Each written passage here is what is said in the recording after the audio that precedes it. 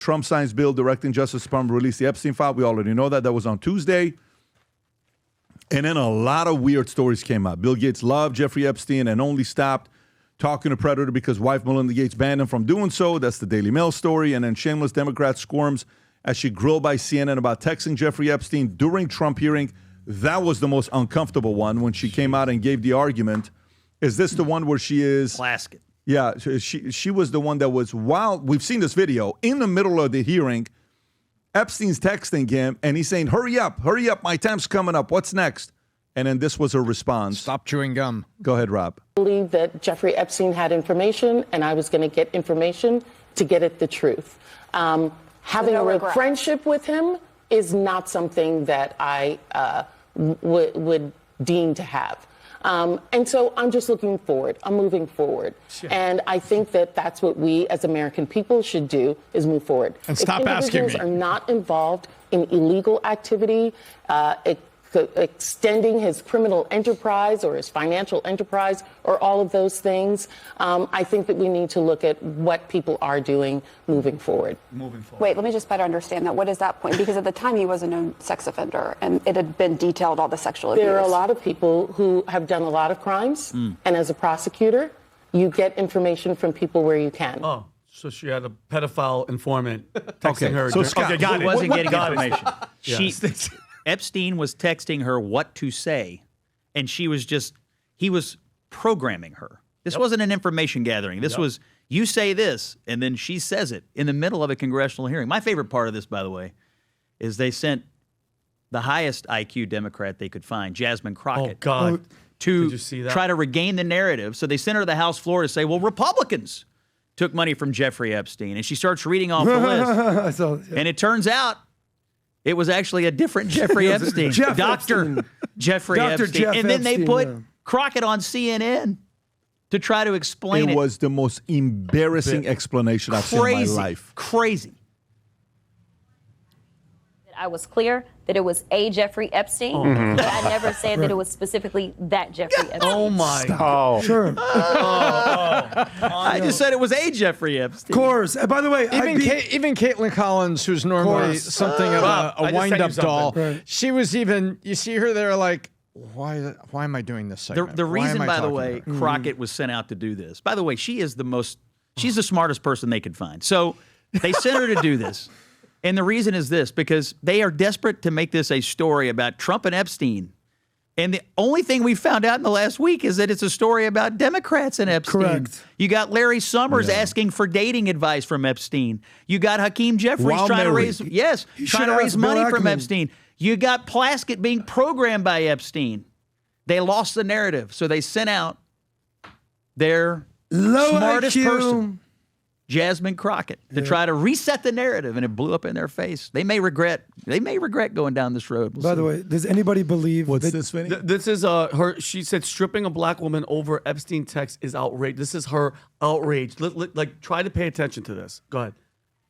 Sorry, but like, we don't have ethical rules that say that you can't receive text messages or you can't respond to text messages, especially if somebody has a certain record and you can't do it in committee. We all be sitting on our phones, and yes, people be texting. I mean, our staff texts us, everybody texts us, people. I remember when I had the bleach blonde situation, you know who was texting me? My pastor. Okay. So let me be clear. There is no ethical violation. And so the idea or the audacity to decide that you want to strip a black woman of her committee assignment because you know why she was texting. Rob, you can pause it. She knows how to look at you in her face, spin, lie, get away with it, and make it seem like nothing happened. Oh, she is phenomenal. She's got a career in politics. She's Texas AOC. She's thinking of running for the Senate in Texas. Now, the Democrats have this guy named Tallarico they want to run.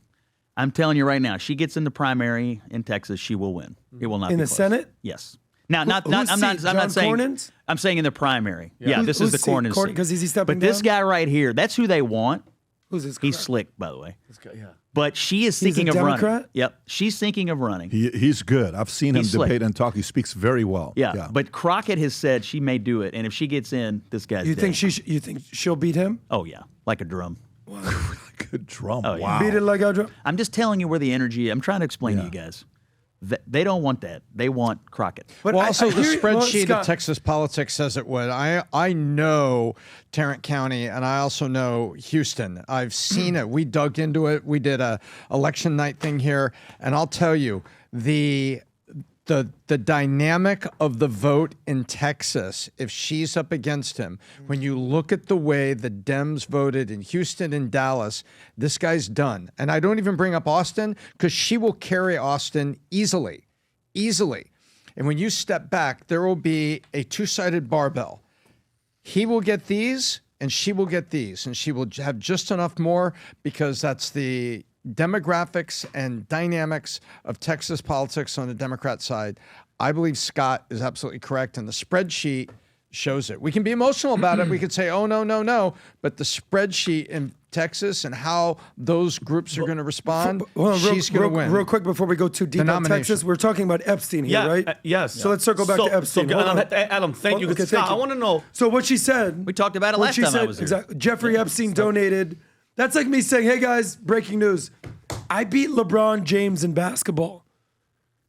Oh, dude, I'm not talking about that LeBron James. It's a different LeBron. I'm talking about this kid. Yeah, why would you think that? Yeah. Then why would you even bring it up? No, she knows, brother. She knows what so she's doing. She knows better. And he made a good point. But Scott, just really quick, I know we're about to end, and I definitely want to find out what's actually in the book because I'm going to try to read it, even though I want to find out what's in the Epstein documents, Vinny. So Scott, this Epstein thing to me is one of the biggest blunders of the Trump administration. Meaning, he's kicking butt on all other aspects, and he didn't run on it. Pat made a great point a long time ago. It wasn't on his campaign promises. Yes, Kash Patel and Dan Bongino, all the podcasts, all that stuff leading up to it. Yeah. But if you just look, Scott, because I'm telling you right now, as a guy that's seeing everything, I know you are too, it's messing up all the positive that's happening. Because I'm going to go just a really quick, fast timeline, just to see how ridiculous this is. First, the Epstein files were sitting on Pam Bondi's desk. Then they had that Epstein binder photo op, which was horrible with the influencers. They didn't do anything. Yep. Then the FBI hid the files. Then Elon comes on and says that Trump's name is on the list. Then they claim the files didn't exist.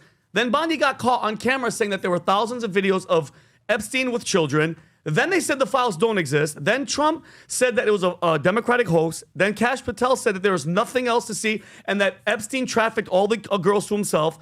Then Trump basically said, you're not MAGA if you keep talking about the files. Then Ghislaine Maxwell has an interview. She's released. She's given a puppy. She's in like lower detention center. Then Congress says the files do exist.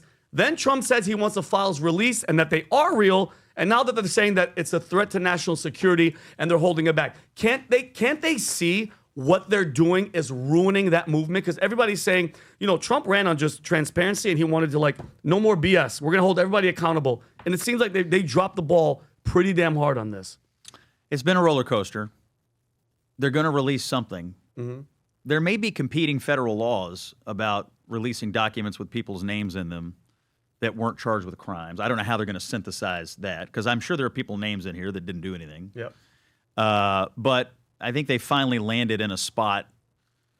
It'll be okay. Here's what I think Trump got bent out of shape about: the word hoax. The hoax was that the Democrats were claiming Trump had something to do with Epstein's wrongdoing. And he did engage in wrongdoing, obviously. But that was the narrative, Trump had something to do with it. He had something to do with it. And Trump, I think, was so angry that that was the narrative out there that he kind of dug in on it. And then he sees Republicans, trying to help him. And he's mad about that, too. And so, I think he was, and to him, all of that was a distraction from all the other good things that they were doing. So he finally lands on, okay, fine, release it. I guess they're going to do it within 30 days. Mm-hmm. What is going to come out? I have no idea. I don't know whether it's going to be 1 page or a billion. I have no idea what will actually come out. Mm-hmm. But I know this. Everything that we know in the last 2 weeks is that Epstein was far more tied in with Democrats. Donald Trump got rid of Epstein. He excommunicated Epstein from Mar-a-Lago. I'm not sure the Democrats ever really got rid of the guy. What did he say? Is the dog that won't bark? Was that whole line? Well, yeah. As soon as he found out Ghislaine Maxwell was, basically poaching girls from Mar-a-Lago, he got them out. But Scott, do you think because this is where I'm from, because I've been ride or die with Trump from 16. I was in Los Angeles. I was getting punched in the head because I had a red hat that wasn't even a Make America Great Again hat. I've lost friends. I've lost family members. When it comes to this, we want somebody, people like me, and I know there's a lot of us out there, somebody has to go to jail, Scott. Because at the end of the day, whoever you work for, MI6, CIA, Mossad. These girls, these victims, and my heart goes out to them. And one of them was just on Cuomo, and she was like, I can't say because of my family. All she has to do is get protection and come on front of camera. I'm not suicidal. This is the main person, because who are these main bigwigs? There has to be one. All right, we always hear, allegedly, Bill Clinton. That's the biggest name I keep hearing. Bill Clinton. How many times did Mark Middleton sign him on to the White House, Rob? Was it 11 times? He came with younger girls. Epstein kept bringing these girls. And then Mark Middleton, the guy that basically brought him onto the White House, he mysteriously shot himself in the chest hanging from a tree, and the shotgun's gone. We need, somebody has to go down. Suicide. And we always get into this, Scott. Let justice be done, though the heavens fall. If we're built on that type of blackmail, imagine the decisions that were made from our government on outside entities to do foreign policy, for policies here, all of our money. It's a dangerous thing, but we want answers. We want, give me one famous elite that one of the girls could be like, that's the guy. I was 14 and that's him. That's what we want. Yeah, so the victims have been meeting with members of Congress. I think they testified in some committee. And so my concern has been that we've seen a number of press conferences where things have been discussed. But to your point, no one ever stepped in front of a microphone and said, here are the 1 to 5 people that everybody has consistently said was there. Now, I understand why the victims might not be able to do that, because they could be open, I guess, to legal action. Maybe they could get sued. Or suicide. But these congressmen who have been told. Yes. I'm not quite sure why they can't. Exactly. To be honest, I sort of want them to just say, well, look, here's what we've been told. Yep. And if you do it on the House floor, you get a lot of protections. That's what I'm saying. I'm just saying. You could. I'm just saying. Can I validate what Vinny's saying and then tell you where I disagree with you? I'm agreeing with you everything on Epstein, accountability. We want it out there. The Democrats clearly were more in bed, wink, wink, with Epstein than Trump ever was whatsoever. The challenge that I'm having with you is you actually think that it's ruining the MAGA movement. It's not. I bet you it is. I bet you it's not. It's not. Because I'm going to give you numbers and you're going to give me emotions. Okay, go. Trump's rating when he got elected amongst Republicans was what number? Amongst Republicans. Say it one more time. Trump's approval rating amongst Republicans when he got elected. 50. Amongst Republicans? 82%. 87%. Okay. 87% when he got elected. Yeah. You're saying it's splintering, it's fracturing. What is it right now? Trump's approval rating? Yes. 90. No, it's 82. Okay. So it's gone 5 points. This is lower. Okay. So hear me out. If you want to say the sky is falling, that's not true. If you want to say he's losing some support, I'll give you that. But don't give me this boy who cried wolf, boy who cried Epstein, that he's losing his pull and his sway and his bully pulpit in the Republican Party. Trump is the Republican standard bearer. Adam, but I'm telling you right now. Trump is the Republican standard bearer. No matter what Thomas Massie says, Ro Khanna says, Marjorie Taylor Greene, irrelevant. They're all losers compared to Trump. He's not running in So if he goes down 2028, to 60%, 50%, 40%, I'll validate what you're saying. He's not running. Right now. He's not running. I'm saying right now, forget about running. Right now. Right now, okay. You're saying, you're making it seem like his approval rating amongst Republicans is 10, 20, 30%. And went from 87 to 82. And that's not all because of Epstein. A lot of that has to do with domestic policy, affordability, maybe foreign policy. So stop it with the boy that cried Epstein, that it's ruining Trump's presidency. Trump's the man. I will say that's this. his presidency. I will say this, okay? I think if you live on Twitter, it is. It is on Twitter, okay? Because Twitter is its own community. Yeah, like, you know, I don't live on Twitter. But I get it. But you know, when you're running for office, you know, you're a Democrat, you have to go get who? You get the unions, teachers' unions. Then you go get the Teamsters. And you got to go talk to Sean O'Brien. And you got to go to, you know, African-American votes and the NAACP and all this. Twitter is one of those 50 things you got to win. Sure. And Twitter is growing up. You know, and a part of that for me, where it goes back to, Vinny, what you said is, I think because this is the part you have to be also very careful. So you ever seen the movie Mobster? We watch it together. The story of Ben Siegel. Maybe we watch it together. The story of all the OGs when the family was built and these both Joes were killed, the leaders. Lucky Luciano, Meyer Lansky, Frank Costello, the whole story of all of them, right?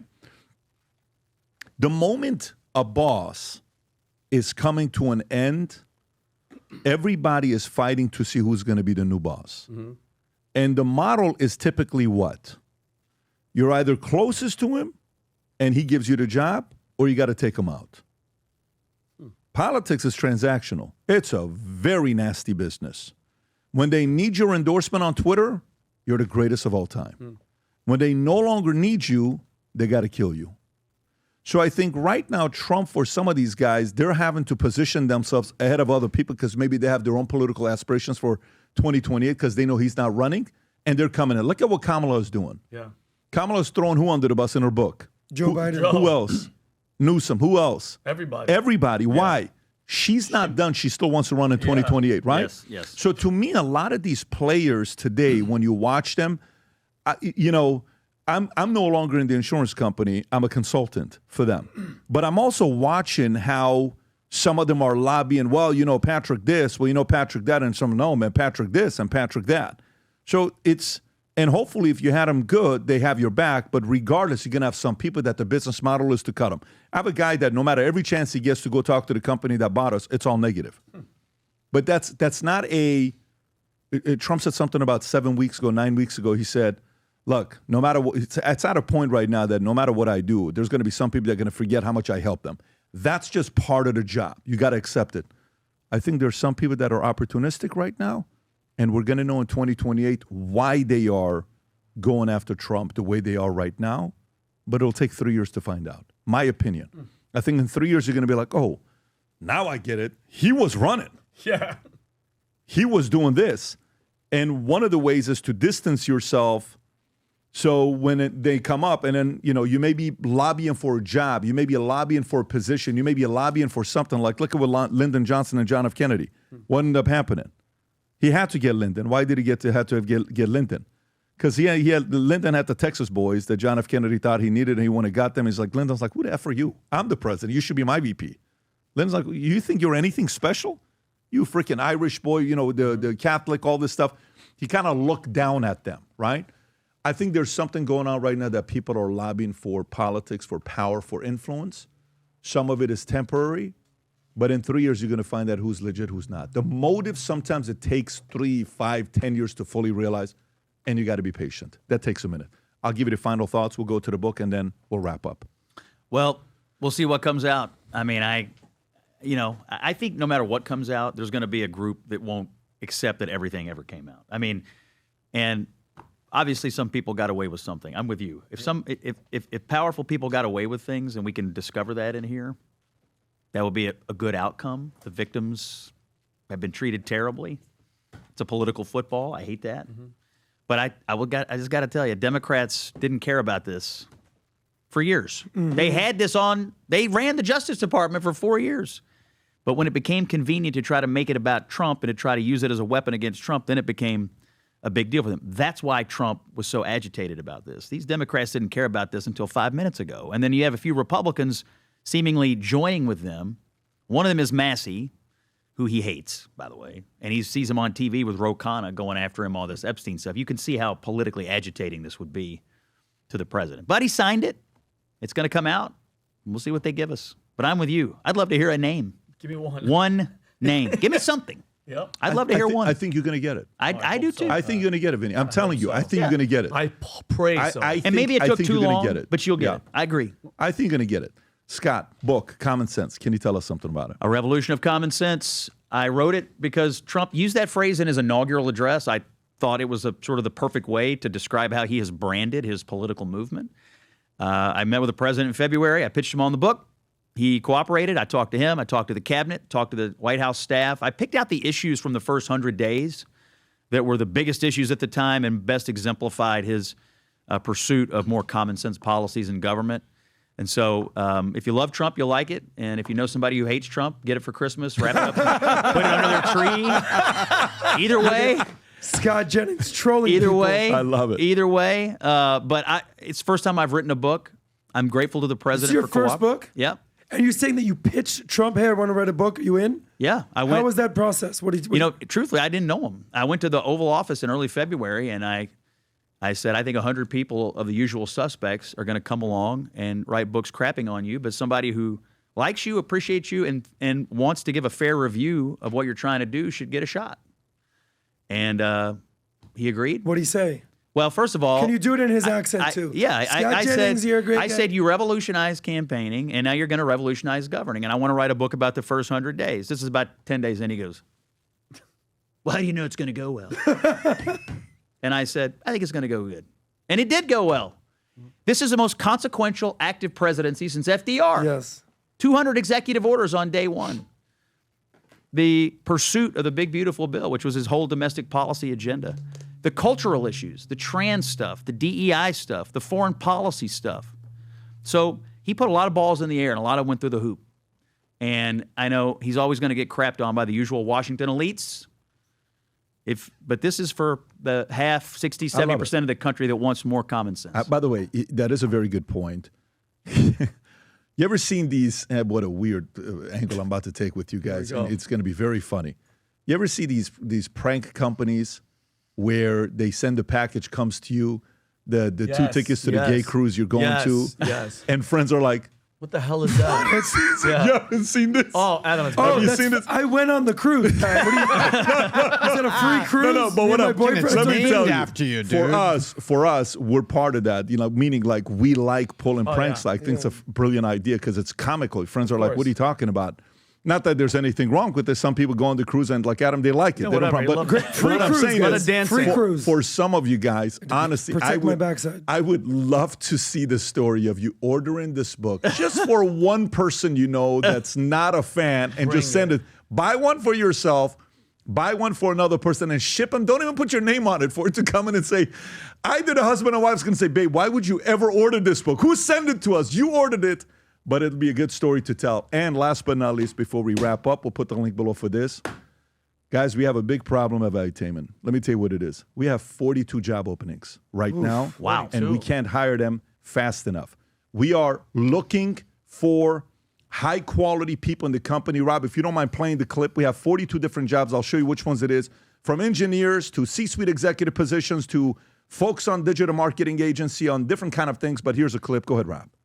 Many times when people think about Valuetainment, all they think about is a podcast, but it's a lot more than that. It's 9 companies working together on an 11-acre campus. If I was to give you a virtual tour here, you'll see the HR department hiring, talent acquisition. We have full-stack developers that are working on Connect and Hire Metrics. We have a full-fledged events team that puts together events with thousands of people. Nice. We have a merch department designing the latest product. We just launched the FLB shoes, made in Italy. We have a marketing department. And if you go to the complete opposite side of the building, 50, 60 people making calls, working for David Consulting, sales, setters. And then on the complete opposite side of the campus, there's a full-on production company with editors, shooters, creating content, doing podcasts. Then you can drive down a couple miles and go to our private boardroom cigar lounge with members only. Regardless of what it is, working at Valuetainment, every day is a surprise. You could be walking into work and right next to you is a governor, is a billionaire, is an athlete. We are hiring aggressively, but Valuetainment isn't for everybody. For the right person, this could be the last company you ever work for. So if you're watching this and you want to learn more, go to vt.com/careers and apply now. Folks, whether it's for you or anybody else you know, we are aggressively hiring in the great state of Florida and for Lauderdale, which in the future will be the Burbank of East Coast, because we got a lot of big plans here. So if you want to be part of a great team, go to vt.com/careers, apply and look through a list of jobs and apply to it. If you enjoyed this video, you want to watch more videos like this, click here. And if you want to watch the entire podcast, click here.